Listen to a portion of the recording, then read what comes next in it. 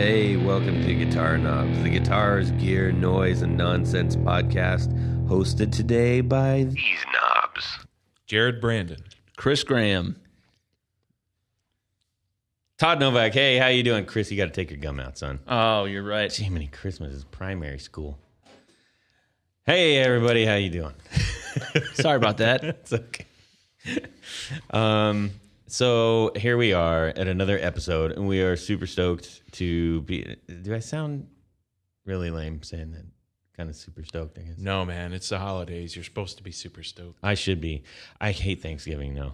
Anyways, but we're not talking about that. Me too. Do you? Overrated. Let's talk about that over not Thanksgiving food / pizza later. Sounds good. Okay, we have a jam-packaronied show. And that is super exciting. Hefe, a.k.a. Jeff, is...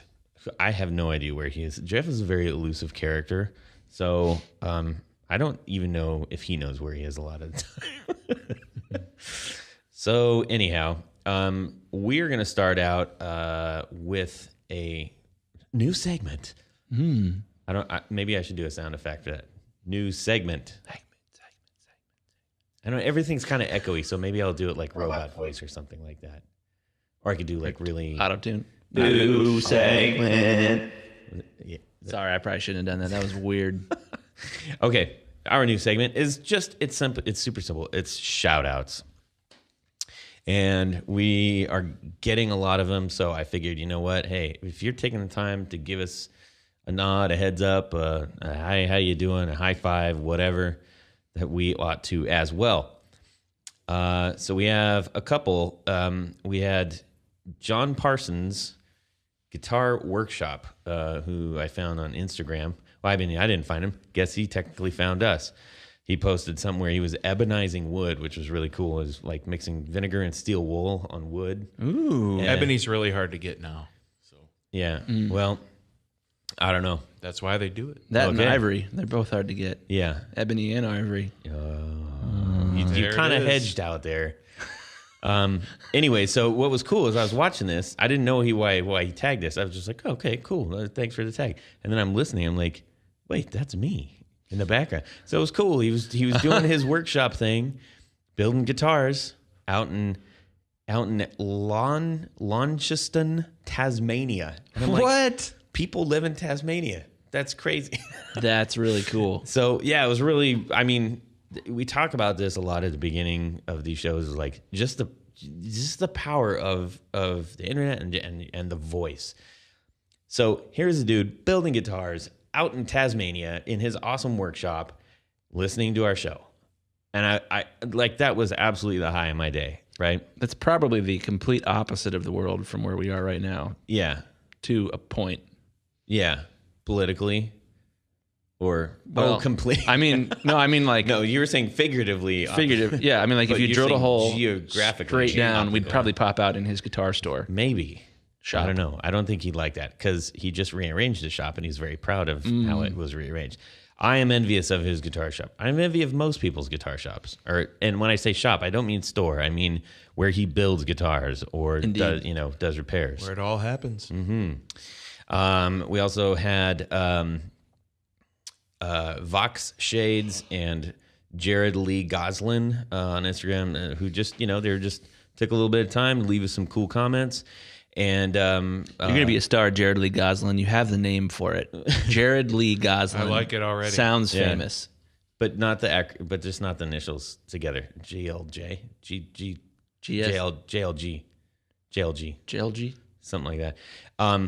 And we just did I put a lot of blog power behind our compressor podcast, and we've gotten a lot of talk about it, which is cool. And I don't mean talk from like, oh, everybody's talking about it. I mean talk back to us. Like, I think it was one of those episodes that people like said, holy crap, I learned something from this, which is Cool. I love that because I know that I did. So That makes me feel good. yeah, that's great. Let's move on.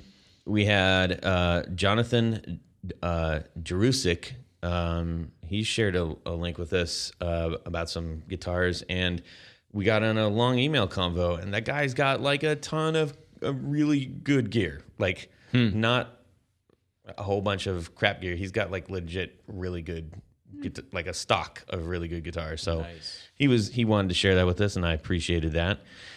Rob Marfleet from Trinidad today hit us up.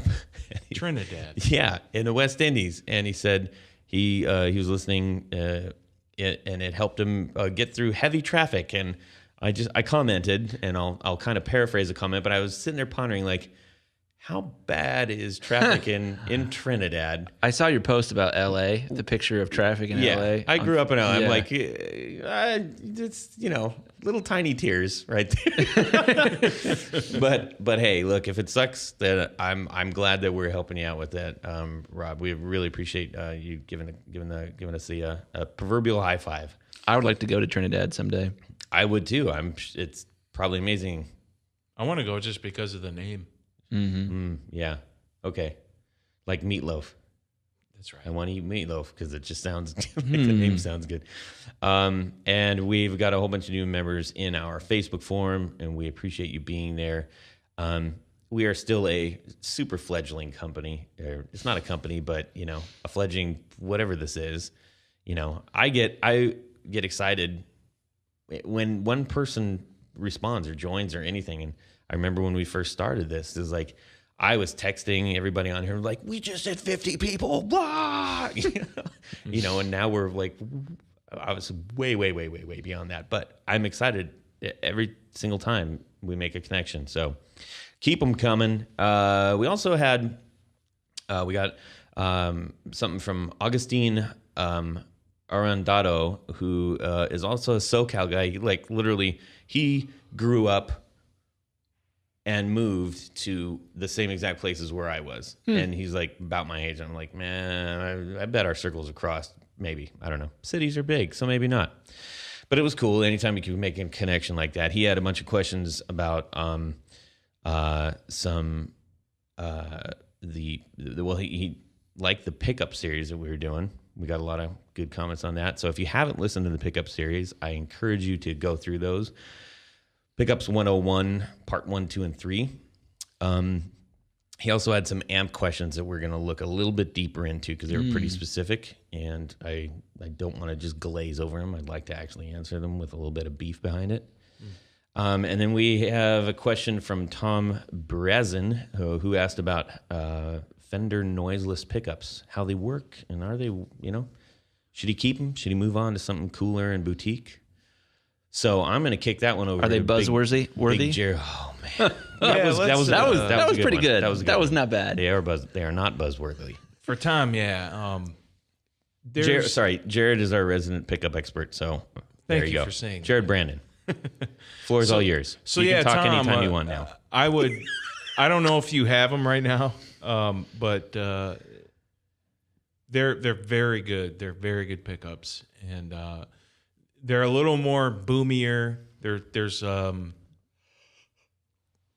would say there's more room for doing a few more things with those because they do, in my opinion, they have a wider range of use than the vintage pickups. Now the vintage pickups, they're single coils, and you're talking about the vintage, just like a vintage. The vintage single coil, old traditional non-noiseless. Right. Should you keep those? They do have their uses and everything, and they sound like pianos. I mean, you can barely get the same peak resonance. What does that mean? They sound like pianos? Chimey. Okay. They're, resonant and, I don't know, bright. Okay. So that's good. But these, the vintage noiseless are they're pretty close. They don't sound like humbuckers. They don't have the thick mid-range honk like humbuckers do, but yet they're not as thin and, well, I don't want to use the word thin in a bad way, but they're not as chimey as an original single coil, especially in a neck position. However, they still have some of the same qualities as a single coil because of the structure of the pickup itself.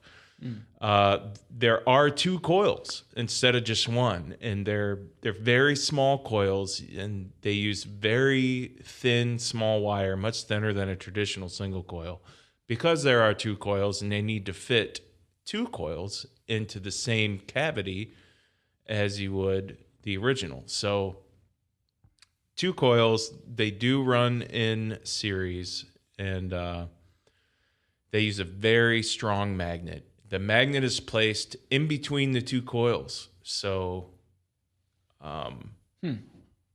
they do buck each other. They buck the hum, so they don't have that single coil 60 cycle hum. And I suggest you try them out. And It sounds like he already has them, though, I think. Oh, does he? Yeah. That's up to you. I mean, I can't tell you to keep them. I can't tell you to get rid of them. It is personal choice. So what might you? So like, let me expand on a question a little bit. Like, if I am him, so I have these vintage noiseless pickups.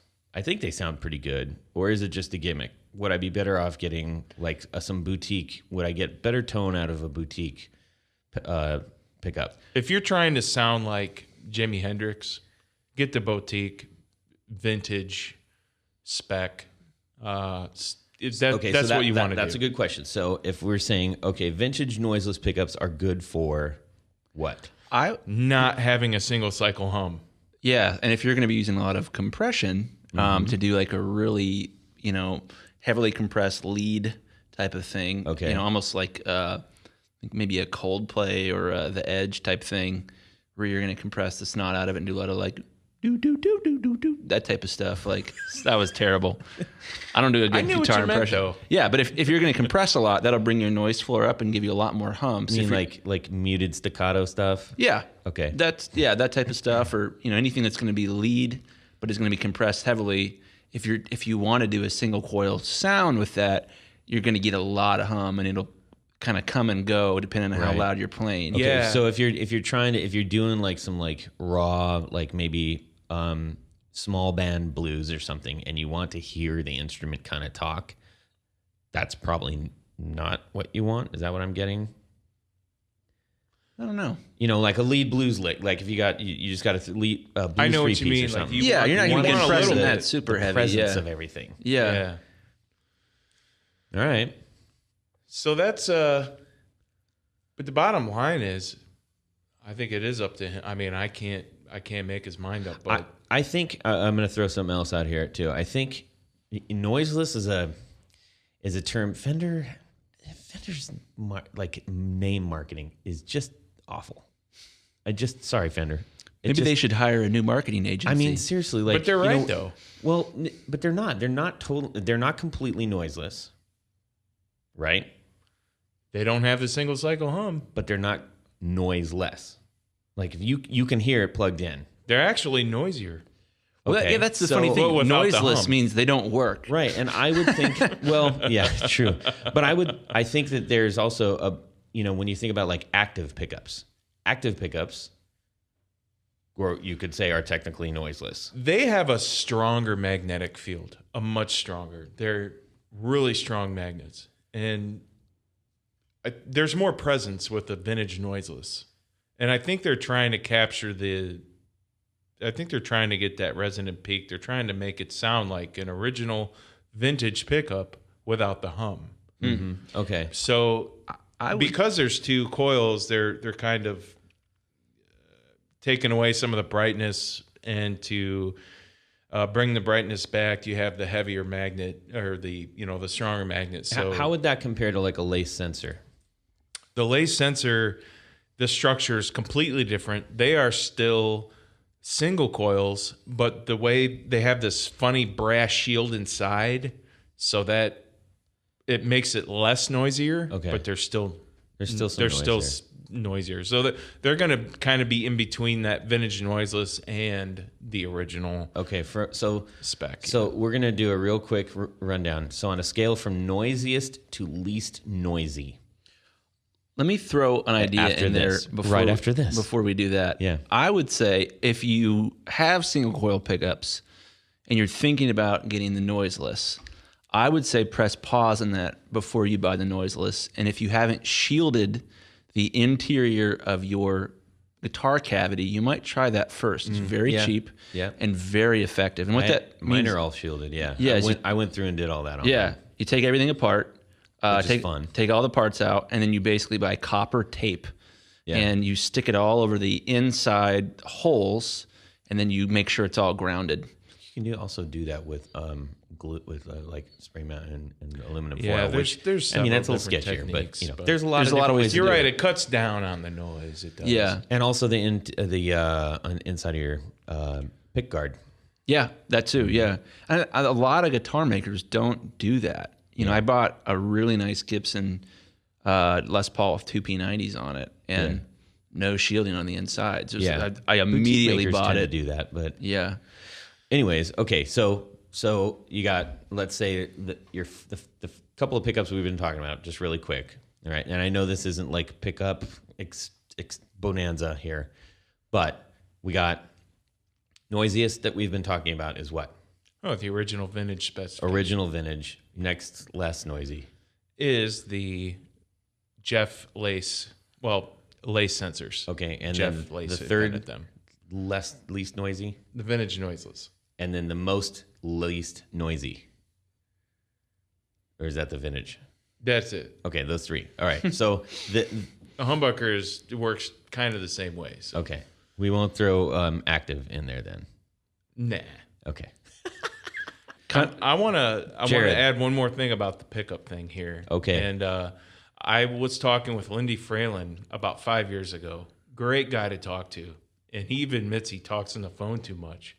But in my conversation with him, it's true. In my conversation with him, he said, you know what? No matter what you do, you will never get the true single coil sound out of anything that's not a true single coil. He said, That's like a successory poster. yeah, you have to put up with that hum. He said, you have to sacrifice to get that true single coil sound. You just can't do it. He And knows if, what he's you know what? talking If about. you still 'cause have a he's- ton of noise, throw a freaking gate on your board or something like that. Yeah, I find from the recording industry that I work in that a lot of people fixate on stuff like hum or background noise or whatever, and I can say for sure many of the best recordings, the best songs in the history of music are super noisy. Have life to it. And it's because the artist was focusing on making great art rather than, well, I'm going to make sure my hum the is original invisible. recording of Since I've Been Loving You, it has that bass drum kick. Yeah, there's squeak. a couple of them like that. Yeah, there's a lot of junk. Everybody and great talks I about songs. love the that. squeak. I love that. Yeah. That's for the drum podcast though. Anyways, all right, moving on. We had so we were talking a couple, I think, of a podcast or two ago, or maybe it was the last one that I haven't put up yet. Anyways, we were talking about it, and it was we briefly touched on capos, and so I wanted to Chris has had a lot of experience with capos. And he has quite an array of them. So I said, hey, why don't you bring those in and just kind of show us what's up? This stemmed from, if I recall correctly, I had switched capos and was using them. I have a Godin. We think it's pronounced Godin, and if we're not saying it right, sorry. We all said it differently coming in, and we just agreed to call it Godin. I have a Godin Fifth Avenue matte black with a P90 in it, and I like it a lot. Sweet G chord. Yeah. And I think he was mocking you, Chris. So my thing was, when I use a capo, there's a lot of different kinds. There's all different kinds with tension, not tension, locking, all that business. And I thought I was doing it right, but I was always confused because I'm like, man, this sounds sour. It just no matter what I was doing, it just sounded sour. And so he's going to kind of walk through that because he said, I can help you. So we're going to help everybody right now. All right. Gotcha. The floor is yours, Chris.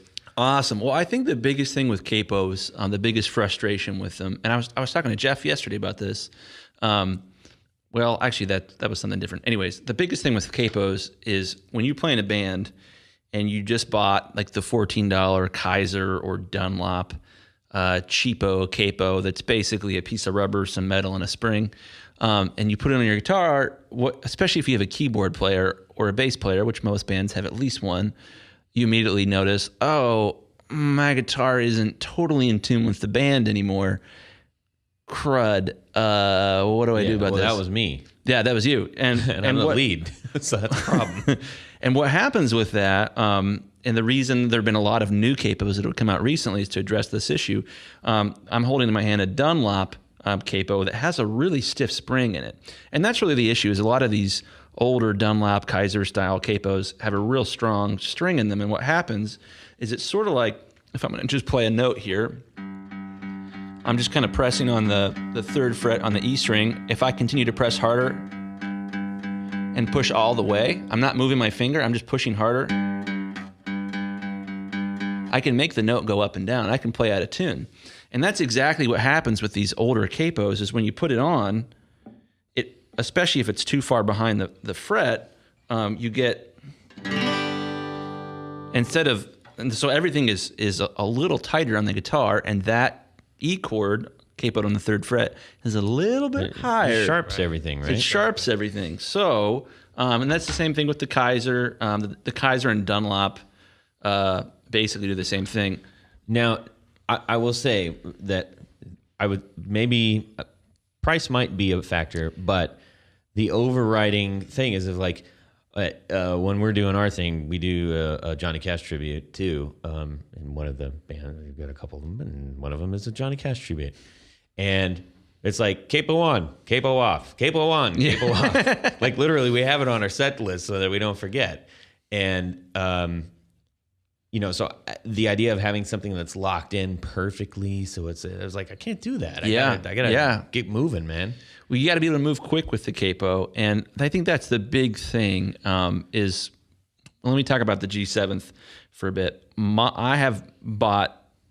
I've definitely spent $100+ on capos, probably $200+. You mean each?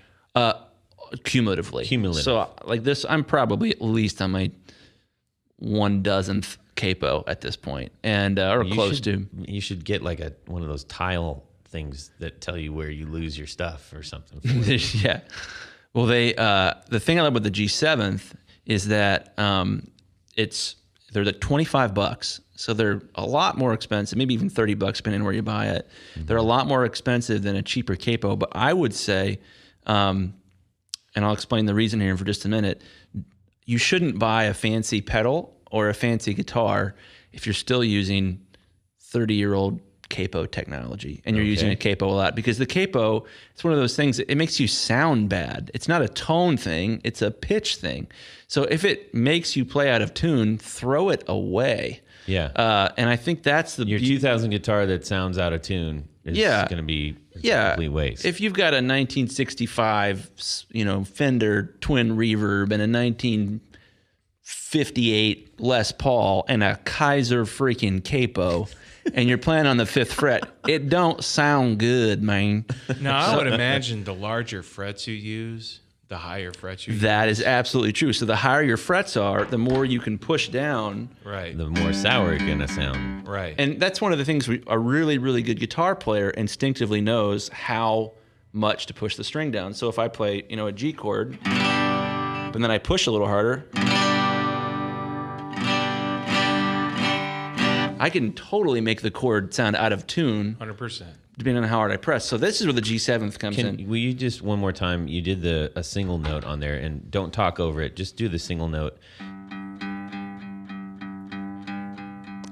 All I'm doing is pushing harder on the 3rd fret. And that actually sounds pretty cool. Yeah, it does sound kind of cool. I'm like, okay, a good bit. I'm thinking of a beat behind that. Well, the G7th is great because it has a clutch in it. It has a locking clutch. So you put it on and you put just enough tension on it to where it grabs the strings. You're right behind the fret, and suddenly needs a little more tension. That sounds good. If I squeeze it really hard, it'll keep the tension on the guitar. Now it'll play really out of tune. It's just a little bit higher than it was before. Yeah. So the G7th is amazing, and there's a couple capos that do this because it's adjustable tension. So you can be sure that you're only going to get as much tension as you need, and your guitar is still going to play in tune. And the big thing you got to keep in mind too is not only is as you push that string harder, are you going to change the pitch of the string? But when you have a capo on there, if you're fretting any notes above that capo, not only do you have the tension of the capo on the string, you have the tension of your fingers. Right. So you really don't have a whole lot of room for extra tension. Yeah, do me a favor and throw the Dunlop one on really quick so that we hear that it's a little sour. So that's... if we had someone playing piano along with me or something like that. Okay, So now that's the Dunlop. fret a little bit higher with the cheap one. Oh, yeah. Oh, the higher you go, the worse it's going to get, Right, too. that's what I'm saying. So Yeah, so if you're going to go 5th fret with the Dunlop... and then so like, yeah, okay. Let's do 7th fret. Oh. Yeah.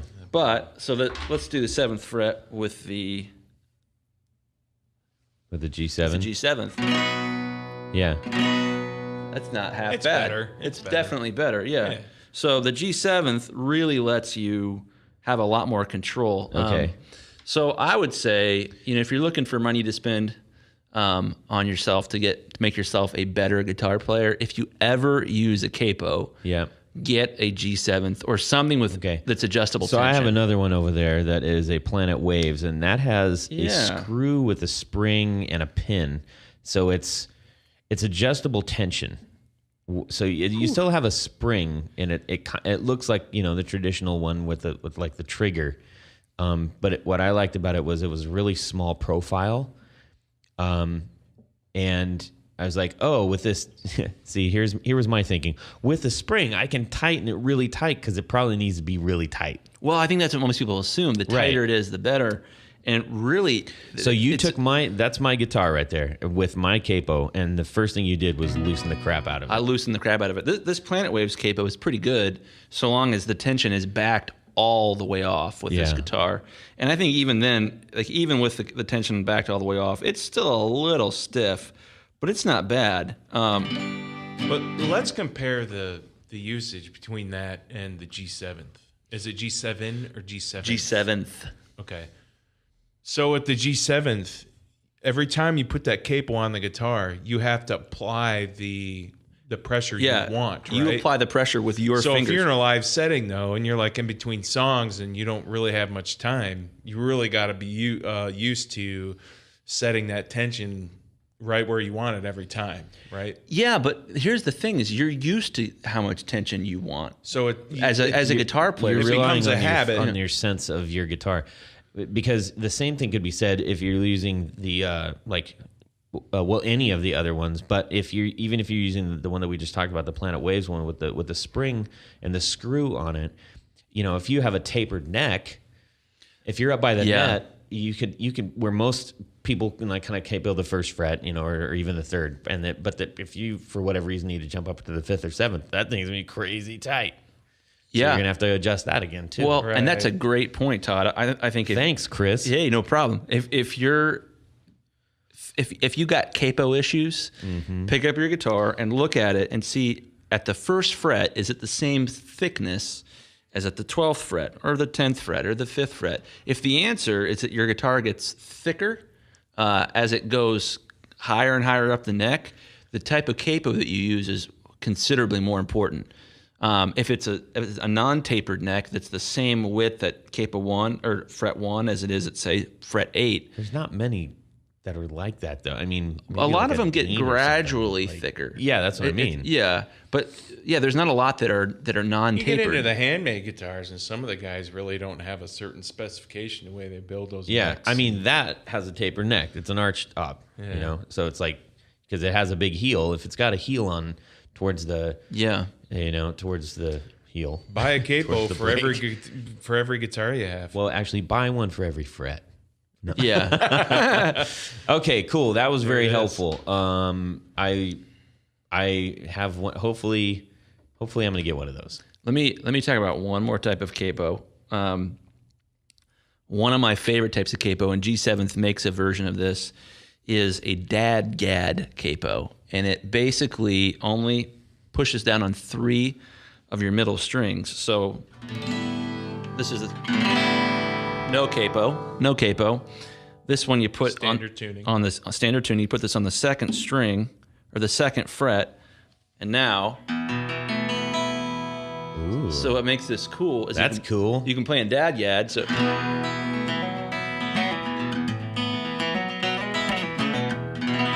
Or you can play in standard capoed on the 2nd fret.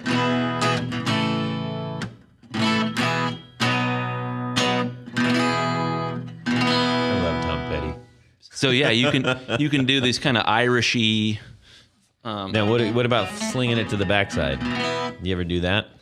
You mean So you would backwards? be, yeah. So like right now, it's sitting over the top, and you're capoing the first 4 strings, right? No. First 3 strings. So what if you capoed the high E? Well, there definitely is some That'll cool just be stuff. an A chord. Yeah, it'll so it's an A chord. So now I've got my capo on.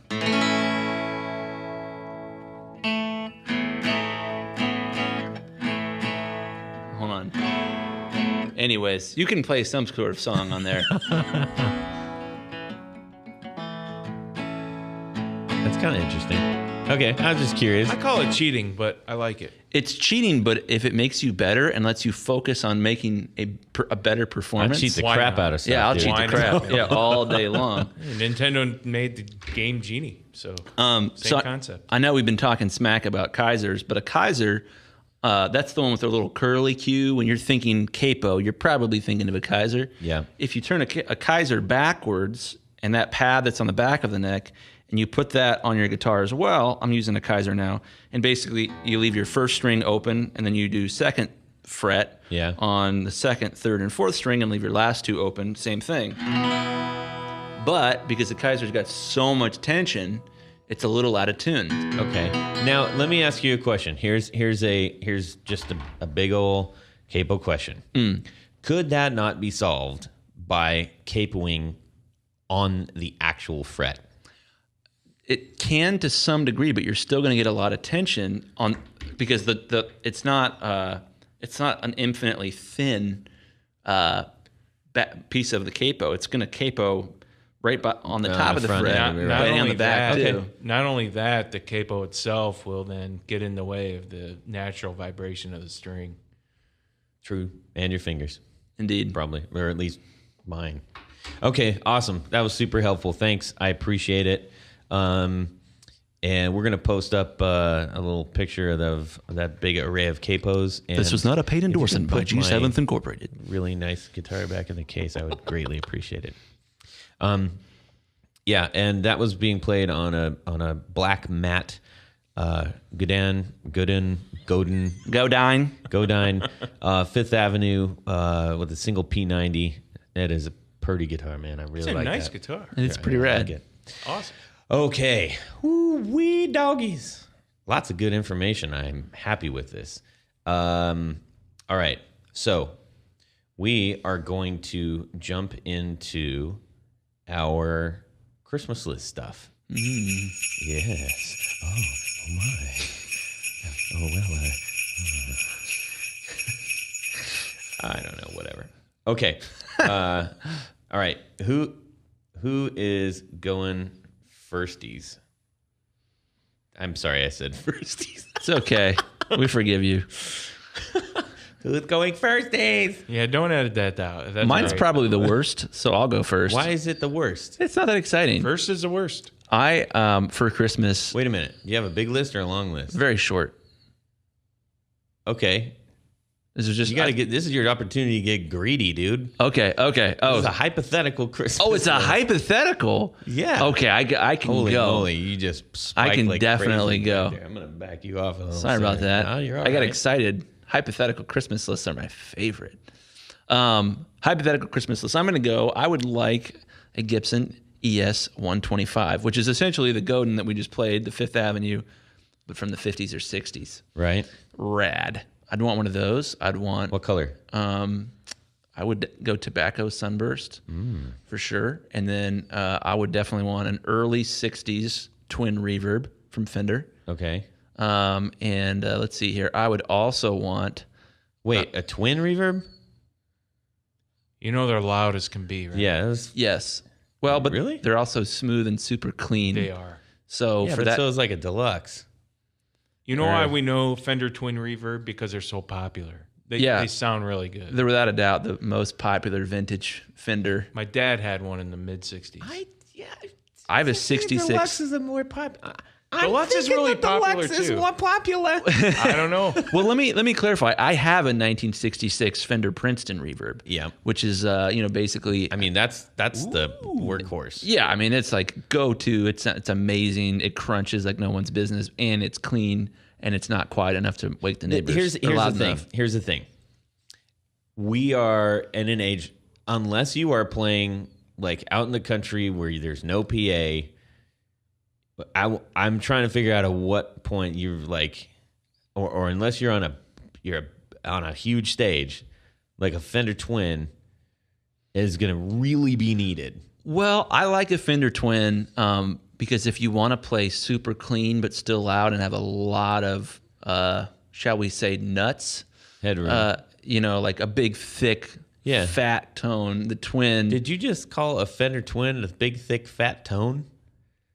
I mean, compared to nuts in compared to there, my too. Princeton, for clean tone, 212s is definitely going to sound a lot thicker than 110. Would you I would say that would have been like, maybe a Vox or an Orange or a Marshall when we were talking about thickness. Well, you can get real thick with a Fender Twin. Okay. And that's what attracts me I don't to know it. that I've heard a Fender Twin like real thick. Well, I'm talking clean tone. If you want crunchy and thick. No, I'm just talking about thick.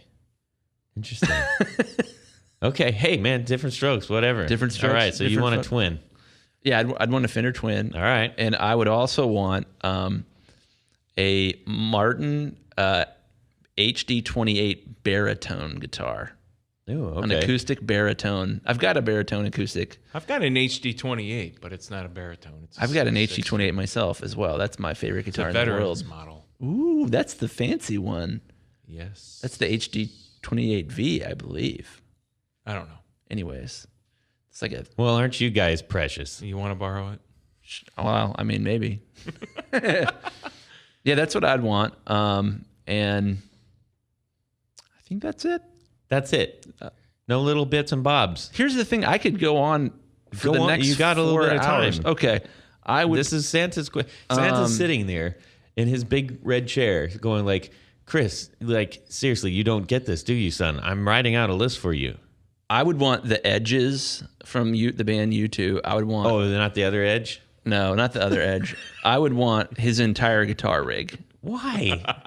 Because It's just a big rack. I know it contains darn everything I could nonsense. possibly need for the rest of my I've life. seen the documentary. Yeah, the documentaries. Like, I don't Whoa. know. I play it looked at that and I loud was or like, gonna get loud or something. Yeah. Yeah. Play it loud. No, that's all of that is wrong. It might get loud. Yeah, It that's might get right. loud. Yeah. That's right. That's right. Yeah, I think one of those was like a Britney Spears DVD. We could do a whole podcast critiquing It Might I Get love Loud. Britney Spears. Yeah. There's a lot of controversial Heck yeah, man. things in that documentary. Heck yeah. Just briefly, the only thing that really matters about that, all right, is when Paige gets up and does the first couple notes of his most famous song ever. Ramble on. Ramble on. Whole lot of love, man. Oh, that's right. And he Whole lot starts of love. playing that, and they show the Edge and they show Jack, and they instantly turn into 13-year-old kids who just crap their pants. Like that was like that brought the hair just stood up on my arms when he did that, and like watching those, I was like, that's exactly how we all feel every time we hear it. But they're sitting right in front of Paige. Oh man, It came that's from the him. best. It was wild. I felt that Jack White was a little bit come-uppity. Yeah, a lot of in it that movie. come I up was here. like, dude, sit down. I honestly, I was like, I get it. I get white, but like, there's a lot of other people that should have been on that couch. That was my thought too. But even with I just, no matter who it was, if you're sitting there with Jimmy Page, just close your mouth and let the man talk and learn from his. I think that's wisdom. why they wanted him on there, though. Maybe. He was You might be so right. different Huge, than so huge. everybody else. Okay, wait, we have derailed. Santa's we like, have. like, boys, you each get a copy in your stocking. Shut up. All right. Oh, okay. So I get to continue. I would like, a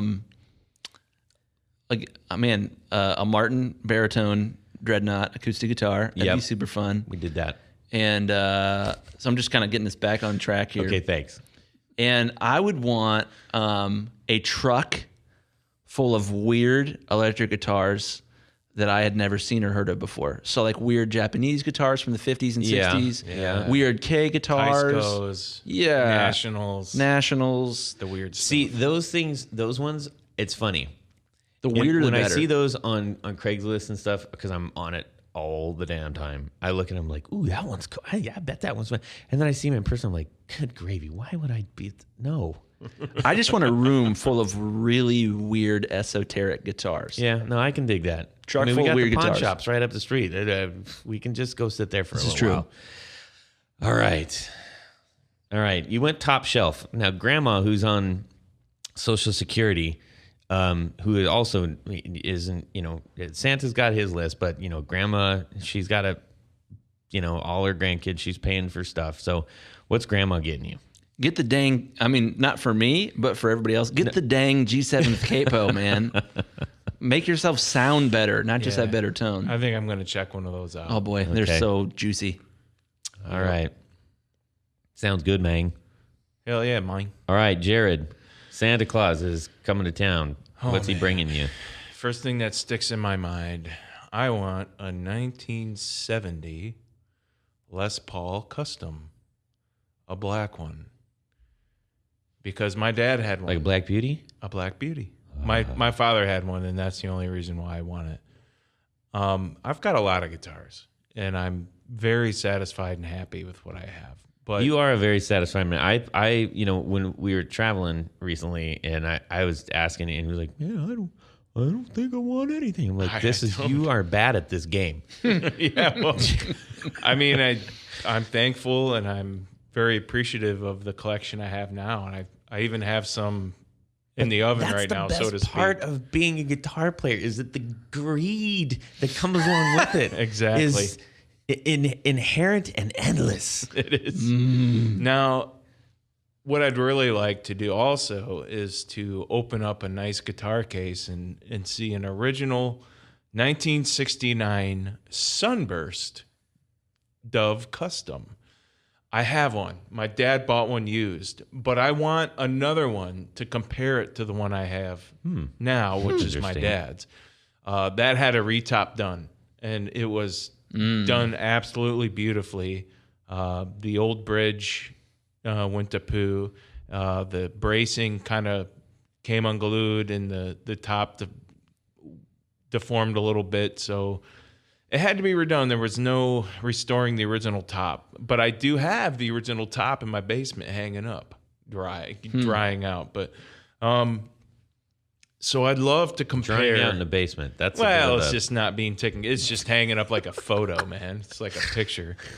But it curly means a lot. photo, It was but- my dad's, though. So Yeah. You should put it into a coffee table or something like that. I know. Integrate Frame it into it. a piece of furniture. you know what? I I like thought integrating about things. it, but I would make it into 3 things because I would give the other 2 pieces to my brothers. But anyway, nostalgic thing. But yeah, I'd love to compare. And the only other actual Sunburst Gibson Dove that I've ever seen in existence is among the collection of Ace Frehley. I've never seen another. Maybe he'll let you borrow his. 60s, yeah. If I tell him I have one, he'll be Ace, if intrigued you're and listening, he'll want to see which it. we know you are, Right. just can you loan that to Jared? And I'll loan just you for mine. a little bit. Yeah, Just for a little bit, but I want mine back. yeah. Well, you can give him when your SGs. Like I your want to 61 compare, SG or man. something like that. I want to compare the two. I just want to see another one. Okay. It's a 69. So as far as little things, and just get me a bunch of strings. I want Martin strings. I want Elixir strings. Or is that the way you say it? Santa Elixir? just rolled his eyeballs at both of you guys. Hey man, I want a few different versions of the Ibanez Tube Screamer. So I want to compare all those. Now you're talking. Right. Good. I do. And Why? Okay, so when you're saying different versions of it, I have two versions now. I have Okay. some modded Ibanez old version. I don't think it's the rare Japan one that fetches a lot of money, but I have a newer. Oh my gosh, the name left my brain. It's something Tron. I have a different version Oh, I know what you're talking about. because of the Tip of way the I tongue. said it. What is it? It's on the tip of my tongue. I can't think of what Yeah, it is. because of the way I said it made everybody forget what it is. But anyway, Maxton. Yes. Oh, that's the Maxton. expensive one. Yeah. Right, it is. That one has a little more juice. Like it's a little more powerful than the Ibanez. But I know there's a few more versions out there. It's the purple one, right? TS9, No? TS808. No, it's green. Interesting. So get me all the versions of those. And as far as amp goes, I have a Buddha right now, a 30 watt. That thing blows my eardrums out. I want a 15 watt Buddha. And while we're on the want train right now, I want all vintage tubes for all my tube amps. I want old RCAs. I want the German ones or the Russian ones, whatever. And last but not least, I gotta have a Dave Harris amp. Gotta have one of those. I actually listened to one in a buddy's studio of a fellow that makes picks for a living, and he lives around here. Gotta get him in here. But that thing sounded fantastic. And the Dave Harris amp, that's totally doable. So I'm definitely planning That's on from the getting Tube one Amp of those. Factory. We should discuss tube rolling in vacuum tube amplifiers. That's what you sort of just talked about. Tube rolling is the practice of swapping different brands and styles of vacuum tubes in and out of the amp to modify the tone of the amp, Yeah. and it is not a small difference. There's a massive difference. Massive difference. But it's also it can blow stuff up. I want to Not be more necessarily. educated on that. most of the time you're tube rolling your preamp, your 12AX7 preamp tube. Oh, okay. So I have maybe a dozen or maybe 2 dozen various 12AX7s, Telefunkens, RCAs, Yeah. Salina or Sylvania. Sylvania's. Yeah. So I have an extremely wide variety of 12AX7s that I've collected Wow. over the years. And some modern and a lot vintage. And yeah, just swapping those in and out. We should talk about that more. Yeah. It's fascinating. You need, Jared, you need way more amps. You need way more amps. I need to be simply educated hear- on hear amps. That's what I need. Your stuff. Pickups on different amps, like I mean, I've already got like what get 6 or yourself 7 a trainer, now, get but- yourself a high watt, get yourself, a big old Vox. Yeah. Mm-hmm. All those things you need. Santa can a do it for dark you too, box. buddy. Yeah. If you've been good. Oh yeah. So Yeah. that's what comes to mind when I think of guitar stuff for Christmas. All right. I can get down with that. Well, I'm a greedy bastard. Let me just tell you that. Lay it on me, need a new man. sheet of paper right about now. Yeah. All right. So the number one top shelf kind of thing that I would want. Look, these lists we can list everything that we ever wanted, right? So we just had to kind of go like, hey, well, let's narrow it down for a listy poo here. Mine would be embarrassingly long and would cover just about everything. But I would love to get one of the Chasing Vintage guitars, the Challenger model. Good gravy. Great googly moogly. Chase is he's a heck of a luthier. Yeah, we're gonna have him in hopefully sometime soon. But can't wait. every time he posts one of those things up there, I just dang near cry. I mean, those are gorgeous. And of being able to actually hold one and hear one at the show was like, oof, wow. There are I would also like, for maybe on the little bit of lower scale. So I have somewhat of a descending order here. I want a Telecaster Custom. Mainly, honestly, and this is not a plug because I want to put Jared's wide range pickups in that thing. I want a guitar with those things in it, and I'm a huge fan of the Custom. I would recommend anything but the original because of the neck profile. Interesting. Seriously. They were very small, thin necks. Yeah. And the original ones. And they're heavier. And I'm not a fan of the original 72 Fender guitars. Okay. I'm not. I mean, would I like to have one anyway? Well, heck yeah. Because that's what originally came out. But I would recommend a copy. Yeah. It sounds silly, but it's true. Scroll headstock. Yeah. I want black pickguard on black. Get what you want, man. Yeah. If a gentleman, me or Todd, were building a Thinline Telecaster, I was wondering where that was going. If a gentleman buy me a drink. I am building a Telecaster Thinline right now. We're going to pitch you real hard right now, Jared. If I wanted to buy 2 of your custom Thinline pickups, what would that set a gentleman back? The wide range? The wide range. $195 for 2? That's right. Interesting. That is the lowest price you will find for. Actually, you can get lower. You know how you can get lower? If you go to our website and click on the very top banner, there's a 10% off. Ooh. There it is. You heard it here. Oh. And it's very true. Jared just got a little bit red. I forgot about that, but I honor it. Take advantage of it, people. Yeah, I need to come out with that down. We'll pull that down in at January 1st, 2017. That's going to come down. Yeah, that's fine with me. All right, we'll put up a Chris Graham mastering coupon on January 1st. You're building a Thinline?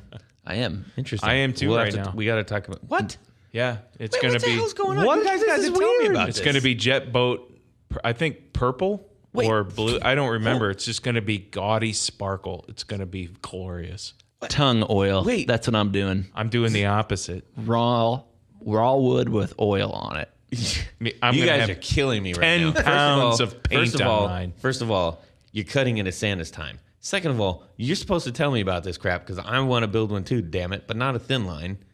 All right, we'll talk about this over pizza and then we'll bring this on to the next episode. Sounds good. Okay. I also want...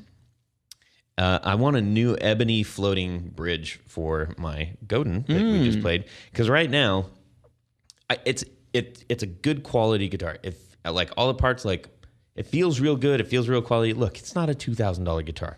I realize that, but Godin, it's a plastic bridge. Is it? It is. And you're I'm like, right, guys. It just you need to get rid of this. Yeah, so I want an ebony bridge for that. Or an ebony with a bone inset. Either one, I'm fine. Or rosewood. Rosewood would sound pretty good on this. Yeah, but I want it black. Have you checked out Stuart McDonald? I have. They're excellent for He's this. got one. Exactly this sort He's of got thing. one that I want. And they're here in Ohio. Athens. Okay. Indeed. And moving on down to I'm a pedal hungry. I can talk too. I'm a pedal hungry man boy. I would love to get a Hungry Robot Carmen. I know I'm probably saying that wrong. Carman line. I don't know what that is. Pedal. Where in the world it's can like you buy a delay Carmen? with a like oscillation factor to it, and it's got a joystick on it. And I'm like, ooh, that's cool, right? That I'd like to see. Yeah. That one is it's Karma. It's spelled Karman. I've heard one. I was like, wowzers! I got like that. It's like lo-fi delays. Got this like oscillation that can just go all kinds of which ways. It's a very soundscapey pedal. So I like it. It's got a momentary swell switch on it. So yeah, exactly. So happy fun times playing that. That would be really cool. It's a slightly bigger pedal. So if you have a tiny board, yeah, you got to make room. I can revise my list after this. You guys have inspired me, right? Oh, good. We got time. Good. Okay, good. I would also really like an Earthquaker Devices The Depths. I don't know what that is. It's an optical vibe. Glad you asked. What the hell is an optical glide? I don't even know what that is. An optical vibe. So vibe. It's a vibe pedal, but it's using optics to control it, kind of like an optical wah. I got you. Like Okay, that's cool. Optical volume. Yeah. So it's like a tremolo that uses optical. well, no, it's got vibe. It's more of a vibe. So it's probably it's along the lines of like So the pitch is going up and down. So here, let me tell you about that really quick. The knobs on it, the intensity, voice, level, rate, and throb. Oh, yes. Throb? So what it does, it adds some extra voicing to a vibe like tone, a vibe quality thing. So it's not just a straight up tremolo type thing, right? It's actually vibing. So it's a little bit more dimensional than that. TC Electronics has something called a viscous vibe, which I'm also a really big fan of. Shout out to TC Electronics. You guys make great stuff. I like it. And so it's along those lines where it's not as maybe one dimensional as a uni vibe. It's got a little bit more like juice to it, a little more playability. So I dig it. And it's Earthquaker, and that's cool because they're a small little company. They're getting bigger, but they're still, and they're Ohio too. How cool is that? There is a band called the Earthquakers, I'm sure there was many. but they dress like Quakers. But they rock. What? I'm dead serious. That's They do. amazing. I'm so glad you said that. Well, they do. That's dress like Quakers? That's exactly what they do. They've got the Amish looking beards and Like big giant like fuzz rock. and they acid wear the rock. handmade clothes, but they rock. They do stuff like AC/DC and all those crazy rock covers and all that. And they used to do Bike Week up in Sandusky, Ohio, about 10 years ago. Okay, so for everybody else in the country, Sorry, because we veered off I'm here. still new to this area. All I heard was they used to do Bike Week up in Sandusky and the Quakers and that was funny. I'm glad you're here. Quakers are well, you're like the Amish. They're like the Amish, I guess. Tommy Boy's gonna jump out any minute. Holy shnikes. And they're people that don't believe in modern technology, so they still like farm for a living with like horses and threshers and Right. there's a lot of them near us. Yeah, there's a lot. We're in Ohio, and we're kind of circularly, well, not circularly because it's mostly east, right? So like semi-circularly surrounded by. It's a great gimmick, and it works. Yeah. I mean, they got work all the time. But Yeah. Oh, you meant the band. I thought you meant the like religion for a minute. there. I was the like, band. The band. I know more about the band than I do the religion. So. there you go. It's a way of life too. But no offense to the actual Quakers. They're not I listening. doubt they're listening to the podcast. Okay, anyways, they don't let's have move electricity. on. I'm going to keep going because, like I said, Sorry. I've got a great big stocking and a big fat tree, and I'm going to put something underneath it to make it happy for me. I want a gift certificate to Mammoth Electronics. I like building pedals a lot, and I'm just really excited about doing that kind of stuff. And Shout out to Mammoth Electronics. You make great stuff. this isn't the so. I don't want this to feel like it's a shout out podcast, but I mean, hey, look, it's out. They do. It's good. It's true. cool. And everybody go make I'm a yourself a pedal. customer. So here's another thing. I would like to get, and I would love to know if anybody out there has this nailed down. I've been trying to shop for thumb picks, not because I decided that I'm going to be all bluegrassy, not because I am going to learn how to play the banjo, because what I have found is after playing in one of the bands I play, like I got to use a jackhammer right hand, and I have on occasion like just gotten cramped up, and I'm like, crap. Happens to everybody, man. Yeah, and I'm just like, so now I'm playing like with a claw, and I'm like, damn, right? Because all the blood's just like going jang, jang, Right. jang, jang, jang, right, and in my hand.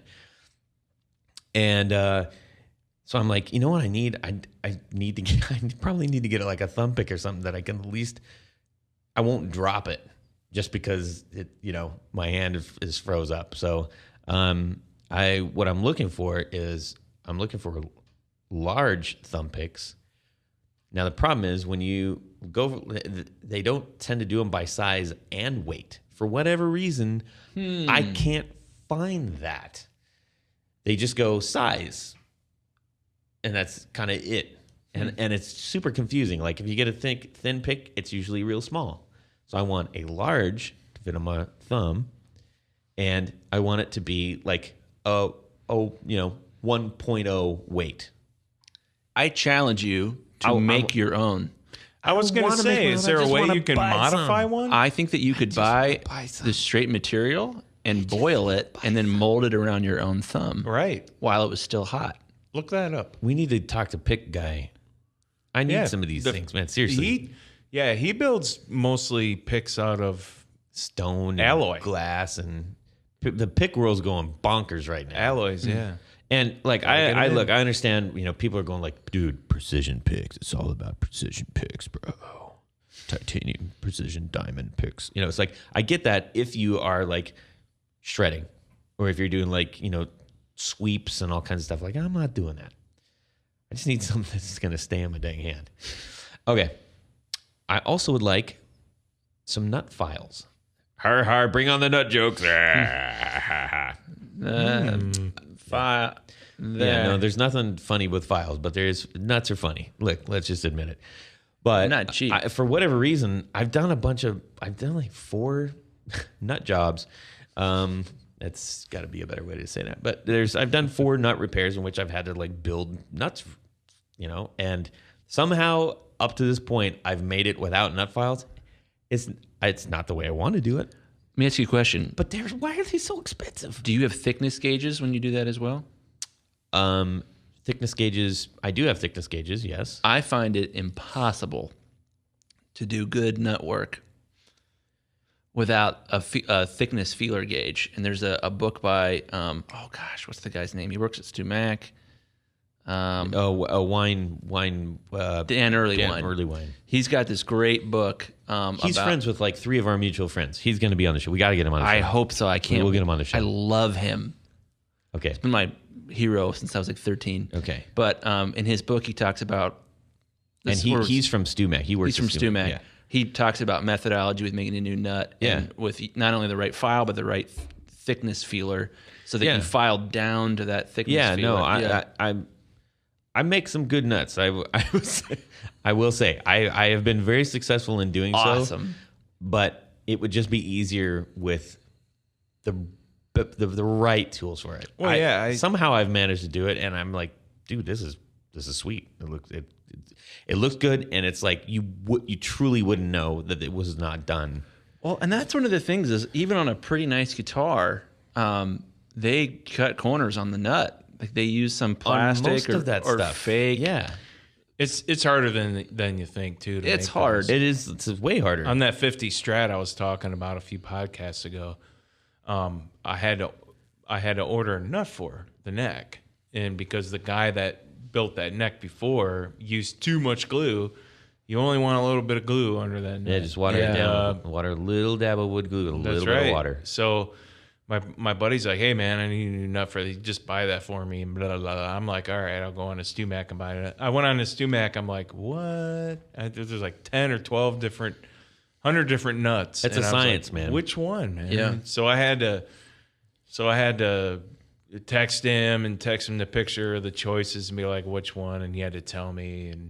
And the choice that he told me to pick was not on the screen. I didn't even know where that was on the way. It's very confusing. So yeah, it takes a while to learn, but once you get it down, it's like, oh man, I got. Yeah. Once you get it down, it's an easy way to take a okay guitar and take it up to the next level. Yeah, your guitar is not awesome. Yeah, unless it has a real bone nut. Yeah, or Tusk. I don't know. Okay, and then the last thing I want is a G7 capo. So there it is. I mean, after hearing all that, it was like kind of you gotta have to have it. Yeah, you gotta have it. So many things. That's why I love Christmas, man. So many good things I get to have, but usually I ask for and don't get them all. But anyways, that's the cool part about being in the guitar world and in whatever capacity is like just dreaming of things that you want is fun, and like imagining all the different combos and customizations and everything. It's a beautiful thing. It's a beautiful thing. So anyways, let's move on to our top 4. Okay? Even though it's a top 3, it's okay. Jeff out there he's sending us his top 4. I can feel maybe it. I will, maybe I wasn't. I don't know. Maybe I will, maybe I won't. Okay, so our top 4 today is worst guitar gift you can get. Not that you've been given. We don't want to offend. But think about like the worst guitar gift that you're just like, please don't give me this. Because everybody who knows us who's like, oh yes, he's into guitars. What should I get him? What should I? Maybe he'd like this. Would he like this? And they're like, please don't give me that. Please don't give me that. Please don't. Damn it, you got me that. All right, so I'm gonna go first. Change of pace. Do not, please, get me a guitar maker puncher thing. Turn your credit card into a guitar. I don't want. That's ridiculous. No. The pick absolutely punch? not. The pick punch. No. I have one of those. I got one of those. So you already got one, I used it once, and then you're like, this is why. Well, no. Why? yeah, because I don't use it because credit card is not the right thickness for me. I Right. agree. Yeah, and, Yeah, and why would lots you of want other that? reasons. Yeah. That is the equivalent in the guitar world to the golf ball initial stamper in the golf world. It's the same thing. It's going to change aerodynamics. Yeah, You know, it's going to ruin Like, everything. personalized golf balls. No, it washes right off. That is absolutely bonkers. Oh, I got one of those one time. Oh, boy. Okay, Chris. I would have to say, and this is a goofball one, a vintage guitar case. Because I would come down. Wait, a what? A vintage guitar case. A new case Just the that's a case. vintage reissue? No, like an actual vintage case. So like, Okay. I walk downstairs and there's like a Gibson ES335 I guitar get case you. from And you 1965, lose your and I'm mind like, and- yes, this is going to be awesome. You open it and it's empty. It's empty. And it smells. We got you a guitar Probably case. smells like smoke and it probably has mold in it. Cool. And cat pee. I got really excited. Yeah, And then- that's a good one. And I got my. It's a little bit less about the gift and more about the the I letdown, just got the moment. let down. Yeah. Right. Yeah, I can understand that. All right, Jared. Do not get me, please, ever, do not get me a vinyl guitar strap. A vinyl guitar strap? Well, the guitar strap at the fake leather and the edge is super sharp. Yeah. Number one, I'm 6'6", about 320. Which is misleading because there's some of the Fender ones that are like that, and you're like, what? How? I know. You know, with the Fenders with the yellow and brown square things. They usually that go up don't and fit down me in the first place. Yeah, you I'm need a like very two big straps guy, to strap man. together. And yeah, so don't get me the cut your neck straps, please. Yeah, don't cut Jared's neck. Damn it. Yeah. All right. Irritating. Okay, I think Santa is pleased. I know that I am, and we hope that you are, everybody that's listening. Please continue with your comments and all the good things that you have to tell us. And hey, you know what? We are open to hear things that are not like that. Actually, I had a comment this weekend, and he was like, "Hey, this was cool about your podcast. This is what isn't." And I was like, "Duly noted." So we'll try to work that out. Anyways, so thanks. Have an awesome holiday. Hope your guitar gift desires come true. And that's it. Wait, did you guys hear that? You're supposed to say subscribe. Subscribe! Woo! Well, that's it for these knobs. Please visit us at our website at theguitarknobs.com for episodes, news, and guest profiles. You can get all social with us on our Facebook group at facebook.com/groups/guitarknobs. Give us a tweet at guitar_knobs. And check out our gallery on Instagram at guitarknobs. No spaces on that one.